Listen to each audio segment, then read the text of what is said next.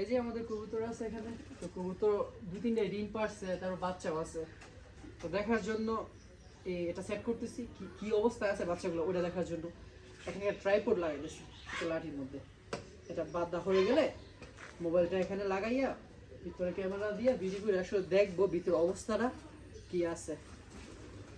এখানে এখানে আমরা মোবাইল সেট করতে পারবো, যেখানে এটা একটা ট্রাইপড সেলফি স্টিকও বলা হয়।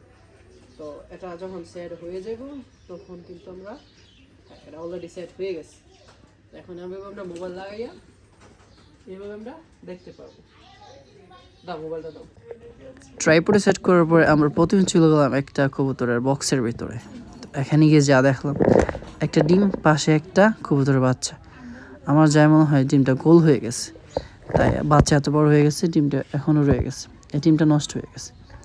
তো এখানে আর কিছু নাই, তো অন্য একটা বক্সে চলে গেলাম। এই বক্সে কি আছে? এই বক্সে একটা কবুতর ডিম নিয়ে বসে আছে। আসলে এখানে 2টা ডিম আছে, যা কবুতর বসে আছে উপরে, তাই দেখা যাচ্ছে না।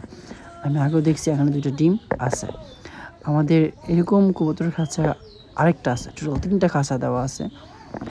তো এটার মধ্যে এই কবুতরটা খুব ঠান্ডা মাথায় বসে আছে ডিম ফুটাবার জন্য। এখানে ডিম 2টা নিচে নিয়ে বসে আছে। তো এখন যাওয়া যাক আমাদের 3য় বক্সের মধ্যে। এই পাতাগুলা ভুট্টার পাতা, যাই হোক 3য় বক্সের মধ্যে কি আছে? এটা হলো আমাদের 3য় বক্স। এটার মধ্যে কিচ্ছু নাই। অবশ্য কবুতর থাকে, এই যে কবুতর হাগু দিয়ে রাখছে, তার মানে এখানে কবুতর থাকে। এখানে কিছু নাই, এখনো কিছু হয় নাই, এখানেও কিছুদিন পর ডিম পাড়া হবে। এটা হলো আমাদের কবুতরের 1, 2, 3টা